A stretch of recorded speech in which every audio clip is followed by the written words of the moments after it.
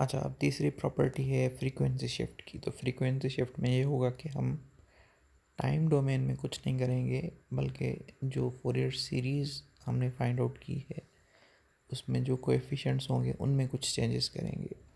तो same example है cos omega t. Euler's theorem के हिसाब से या फोरियर सीरीज़ के हिसाब से जब हम उसको फोरियर सीरीज़ में रिप्रेजेंट कर रहे हैं तो कास ओमेगा टी इस फॉर्म में आ रहा है। ठीक है, अब इसके दो कोएफिशिएंट्स हैं, एक A1 पे है, ठीक है, और दूसरा A-1 पे है। तो k की वैल्यू जब -1 है और जब k की वैल्यू 1 है तो दोनों कोएफिशिएंट्स 1/2 हैं। अच्छा, अब हम इन कोएफिशिएंट्स को जो है हम राइट हैंड साइड पे 3 यूनिट्स के हिसाब से शिफ्ट करेंगे। मतलब k को रिप्लेस करेंगे k-3 के साथ। तो दोनों जगहों पे करेंगे, यहाँ पे भी करेंगे और यहाँ पे भी करेंगे। तो यहाँ पे जब करेंगे हम k-3 इज़ इक्वल टू -1, फिर यहाँ पे k-3 इज़ इक्वल टू 1। ठीक है, तो यहाँ पे k की वैल्यू क्या आ जाएगी, -3 को इधर ले आएंगे तो k की वैल्यू 2 आ जाएगी, और फिर यहाँ पे भी -3 को इस साइड पे लेके जाएंगे तो k की वैल्यू 4 आ जाएगी। मतलब हमारे जो हैं ये जो फोरियर सीरीज़ कोएफिशिएंट्स हैं वो 3 स्टेप्स जो हैं राइट हैंड साइड की तरफ शिफ्ट हो गए हैं।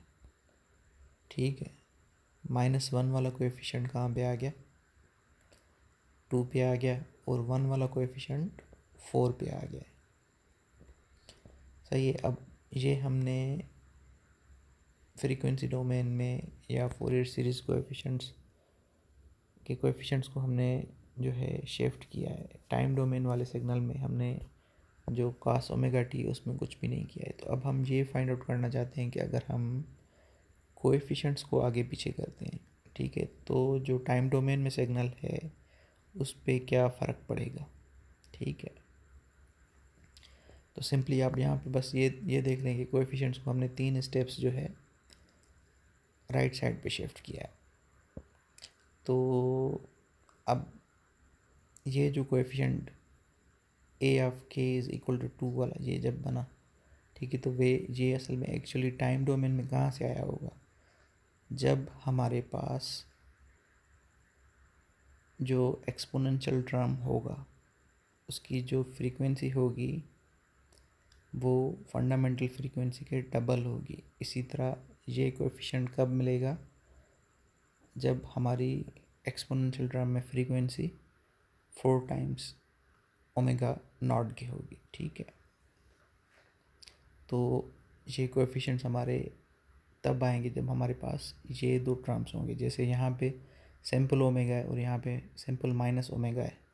ठीक है, तो हमें जो कोएफिशिएंट्स मिल रहे हैं वो एक तो A1 मिल रहा है, दूसरा A-1 मिल रहा है। लेकिन अगर ये कोएफिशिएंट्स हैं जब k की वैल्यू 2 है और जब k की वैल्यू 4 है, तो ये कोएफिशिएंट्स कहाँ से मिलेंगे, तो वो एक्सपोनेंशियल टर्म्स होंगे जब जिनमें फ्रीक्वेंसी जो है इन कोएफिशिएंट्स के हिसाब से होगी। जैसे अब k की वैल्यू 4 है तो फ्रीक्वेंसी 4 ओमेगा है, k की वैल्यू 2 है तो फ्रीक्वेंसी यहाँ पे 2 ओमेगा है। ठीक है, तो यहाँ पे टाइम डोमेन में जब इस तरह के टर्म्स होंगे तभी ये कोएफिशिएंट्स मिलेंगे। तो हम रिवर्स प्रोसेस कर रहे हैं कि कोएफिशिएंट्स हैं और फिर टाइम डोमेन वाला सिग्नल हम यहाँ पे राइट अप कर रहे हैं।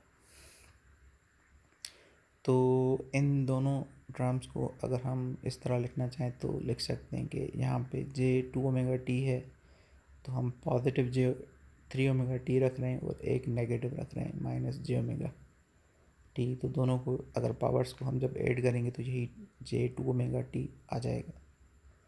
इसी तरह 4 है तो इसमें भी जो है J ओमेगा टी और J3 ओमेगा टी रख रहे हैं, ताकि हम क्या करें कि जो e⁻J3 ओमेगा टी है वो कॉमन निकाल लें, तो बाकी जो अंदर बच जाएगा वो वही हमारा ओरिजिनल सिग्नल होगा cos ओमेगा टी, जो कि यहाँ पे हमने लिख दिया है cos ओमेगा टी। लेकिन अब टाइम डोमेन में क्या फ़र्क पड़ा कि ओरिजिनल सिग्नल के साथ एक एक्सपोनेंशियल टर्म मल्टीप्लाई हो रहा है e⁻J3 ओमेगा टी। तो ओमेगा के साथ वही नंबर होगा जिस नंबर के हिसाब से हमने कोएफिशिएंट्स को राइट हैंड साइड पे शिफ्ट किया है। अगर लेफ्ट हैंड साइड पे शिफ्ट करते तो फिर यहाँ पे जो है -3 आ जाता। ठीक है, तो प्रॉपर्टी यही कह रही है कि कोएफिशिएंट्स को अगर आप k को k माइनस एम करेंगे, मतलब जो है कोएफिशिएंट्स को आप राइट हैंड साइड पे शिफ्ट करेंगे m के हिसाब के साथ, तो फिर टाइम डोमेन में x ऑफ t के साथ एक एक्सपोनेंशियल टर्म मल्टीप्लाई होगा। ठीक है, उसमें m वही होगा जितने जो है हम स्टेप्स फोरियर सीरीज़ के कोएफिशिएंट्स को शिफ्ट कर रहे हैं। ठीक है, और ये जो है हमारे पास 2π/t ओमेगा ही है, ओमेगा t है। ठीक है, और ये x of t original signal है।